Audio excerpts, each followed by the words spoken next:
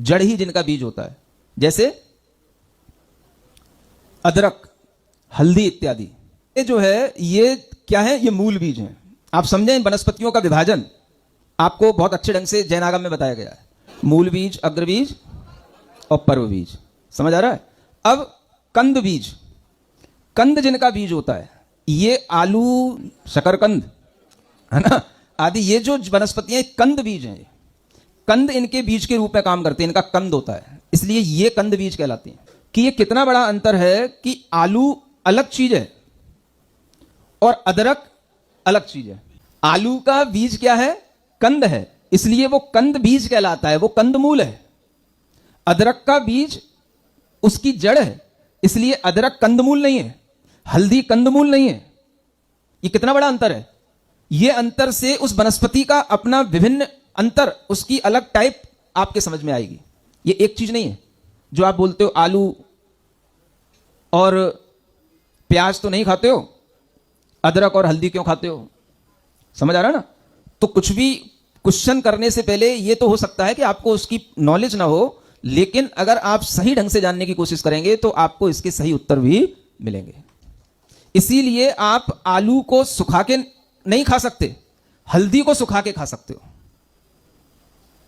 क्या कहा? फिर कह रहा हूं, सुनो क्या बोल रहा हूं। आलू को सुखा करके आप यूज नहीं कर सकते हो, हल्दी को सुखा करके आप यूज कर सकते हो। आलू को सुखाने बैठोगे और सड़ जाएगा। चिप्स की बात नहीं कर रहा हूं, आलू मींस आलू की बात ही कर रहा हूं।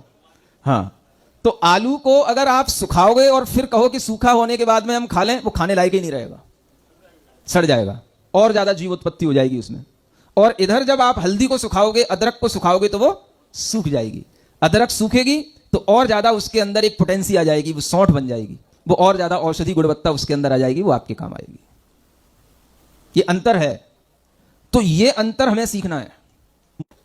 अपने आप में इस तरीके के विज्ञान को आगे बढ़ाने वाले हमें जब तक वैज्ञानिक बच्चे नहीं मिलेंगे, तब तक मेरे इन प्रवचनों का कोई उपयोग नहीं है। मुझे यहां तुम लोग नहीं चाहिए जो चाय और कॉफी पी करके कुर्सियों पर बैठे बैठे कुर्सियां मंदिर की तोड़ते रहते हो। मुझे अच्छे बच्चे चाहिए, पढ़े लिखे लोग चाहिए, जो मेरी बात को समझें और उसको आगे बढ़ाएं। समझ आ रहा? उस पर शोध करें, उस पर रिसर्च करें, इन चीजों को ध्यान में रख करके। तो मेरे अभी टच में ऐसे 2-4 साइंटिस्ट आए हैं, है ना। अगर नोएडा में 2-4 और मिल जाएंगे तो हमको सोचेंगे कि हाँ, यहां पर अगर ऐसी कोई पॉसिबिलिटी होगी तो कि भाई जगह अच्छी है, कुछ सोचा जाए।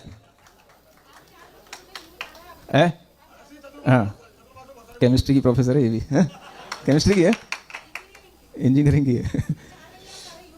हाँ, तो उन यूथ को ये तो कभी सुनने को कम मिलेगा, है ना।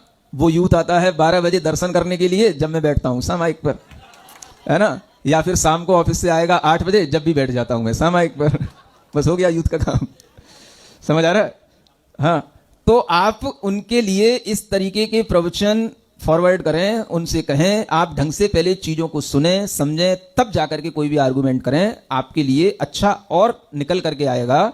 क्योंकि हम तो इसी विश्वास के साथ बोलते हैं, तीर्थंकरों ने हमें जो ज्ञान दिया है वो हमारे लिए बहुत हितकर है और बहुत सत्य है। इसके अलावा हम दुनिया में किसी चीज को सत्य नहीं मानते और हम किसी चीज को हितकारी नहीं मानते। बस हमारा अपना सिद्धांत है। अब आप इस सिद्धांत को कितना आगे बढ़ा पाते हैं, आप इसमें मदद कीजिए। ये आपके लिए भी धर्म की प्रभावना का एक काम होगा। ठीक है ना। महावीर भगवान की जय।